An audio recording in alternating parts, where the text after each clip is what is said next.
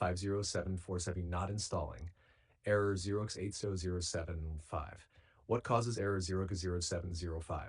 This error usually means access denied, caused by corrupted Windows Update files, permission issues, antivirus blocking updates, broken system components. Skirmish 1. Run Windows Update Troubleshooter. 1. You can see the code in our conversation history. Bot 2. Run Windows Update Troubleshooter. 2. Restart Windows Update Services. 1. Press Win R. 2. Type. You can see the code in our conversation history. 3. Restart Windows Update Background Intelligent Transfer Service Bits Cryptographic Services.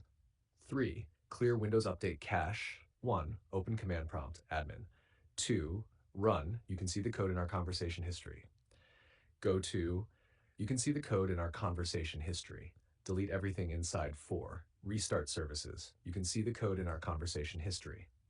Schnasher 4. Fix permissions. Main fix for 0x800705. 1. Open command prompt admin. 2. Run. You can see the code in our conversation history. 5. Run SFC and DSM scan fix corrupted system files. You can see the code in our conversation history. Then, you can see the code in our conversation history. 6. Disable antivirus temporarily. Turn off third-party antivirus. Disable Windows Defender real-time protection temporarily. 7. Install update manually. 1. Search Microsoft Update Catalog. 2. Download KB5079473. 3. Install manually. 8. Use administrator account. Make sure you're using an admin account. Try running update after logging in again. 9. Reset Windows Update components, full reset. If nothing works, run all reset commands, advanced fix.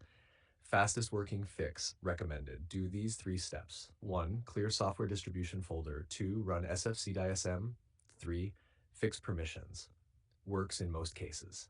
SEO title fix Windows 11 update, KB5079473, not installing.